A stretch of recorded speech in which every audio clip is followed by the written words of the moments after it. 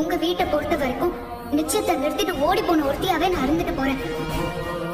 தாத்தாவை தான் ரொம்ப மிஸ் பண்ணுவேன். பரவாயில்ல, என்ன தேட வேண்டாம்லாம் நான் உங்ககிட்ட சொல்ல மாட்டேன். ஏன்னா நீங்க தேட மாட்டீங்கன்னு எனக்கு நல்லா தெரியும். செஞ்ச எல்லா நல்ல விஷயங்களுக்கும் நன்றி. கான்ட்ராக்ட பத்தி எழுதியிருக்கா. தாத்தா மட்டும் இந்த லெட்டர் படிச்சாரு, அவ்வளவுதான். என்னப்பா என்னாச்சு?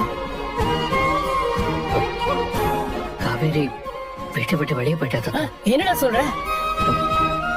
ஆமா தாத்தா, நான் கிளம்புறேன்னு லெட்டர் எழுதி வச்சுட்டு போயிட்டா தாத்தா. இப்ப நான் எங்கன்னு போய் தேடுறது தாத்தா? பயமுத்துறதுக்கு இப்படி எல்லாம் பண்ணிருக்காளா? அந்த லெட்டர் எங்க? அந்த அந்த அந்த லெட்டர் அவ என்ன எழுதியிருக்கா என்கிட்ட காட்டு. அந்த லெட்டர்ல வேற எதுவுமே எழுதல தாத்தா. நான் போறேன், என்ன தேட வேணாம்னு எழுதிருந்தா, அவ்வளவுதான். அவ ஏற்கனவே என்கிட்ட தெளிவா சொல்லிட்டா தாத்தா. நான் தான் ஏதோ ஒரு கோவத்துல போய் தொடன்னு சொல்லிட்டேன். இப்ப என்னடா பண்றது? அவன் எங்க போய் தேடுறது?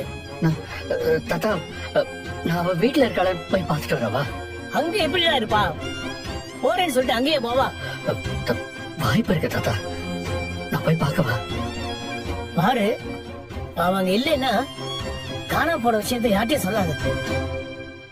தேவையில்லாம அவங்க பதட்டப்படுவாங்க. சரி தாத்தா. நானும் எங்கேயும் யார்ட்டையும் சொல்ல மாட்டேன். சொல்லிட்டு புது பிரச்சனை எதுவும் உருவாக்க மாட்டேன். ஆனா நீ திரும்ப வரும்போது அவளை கூட்டிட்டு தான் வரணும். அவ கிடைச்சது எனக்கு போன் பண்ணு, சரியா?